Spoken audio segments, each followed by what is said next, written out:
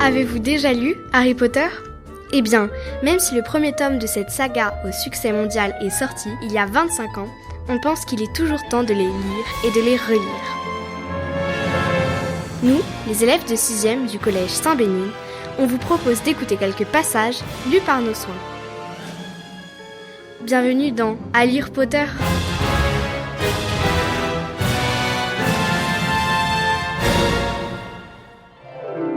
Dans cet épisode, Camille est retour dans la forêt dans Harry Potter et les reliques de la mort par J.K. Rowling. À cet instant, plus personne ne comptait pour lui en dehors de Voldemort. Ils n'étaient plus que tous les deux. Cette illusion s'envola aussi vite qu'elle était née.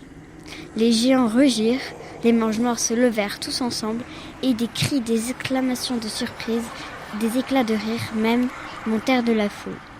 Voldemort s'était figé sur place, mais ses yeux rouges s'étaient posés sur Harry et le regardaient fixement pendant qu'il marchait vers lui.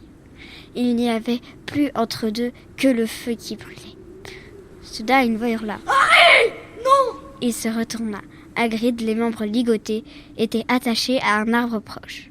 Il se débattait désespérément, son corps massif, secouant les branches au-dessus de sa tête. « Non, Harry, qu'est-ce que tu... » Silence !» s'écria Raoul en faisant taire Hagrid d'un coup de baguette magique. Bellatrix, qui s'était levée d'un bond, les yeux avides, la poitrine haletante, regarda Voldemort, puis Harry.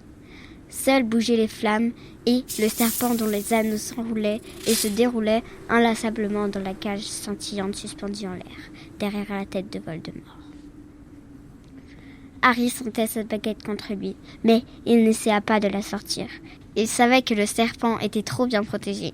Il savait que s'il parvenait à la pointer sur Nagini, 50 maléfices le frapperaient avant qu'il n'ait pu tenter quoi que ce soit. Voldemort et Harry continuaient à s'observer. À présent, Voldemort penchait un peu la tête de côté, contemplant le garçon qui se tenait devant lui, et un sourire singulièrement dépourvu de joie retroussa sa bouche sans lèvres. « Harry Potter !» dit-il doucement. Sa voix aurait pu se confondre avec le crépitement du feu. « Il survivra !» Les mange-morts ne bougeaient pas. Ils attendaient. Tous attendaient autour d'eux. Hagrid se débattait et Bellatrix haletait. Inexplicablement, Harry songea à Ginny, à son regard flamboyant, à la sensation de ses lèvres contre les siennes.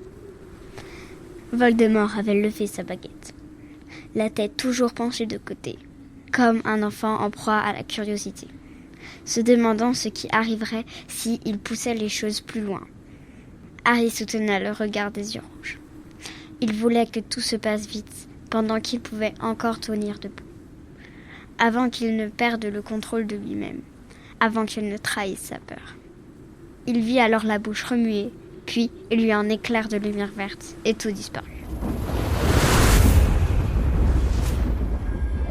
C'était Camille est retour dans la forêt dans Harry Potter et les reliques de la mort par J.K. Rowling. Narration Camille, Hagrid, Eileen, Ro, Nausicaa, Voldemort, Emily, voix off, Eileen.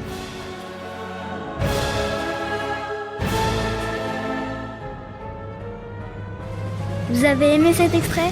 Retrouvez la suite de l'histoire dans Harry Potter et les reliques de la mort et retrouvez les autres épisodes de notre podcast sur groupe-sarbelline.fr.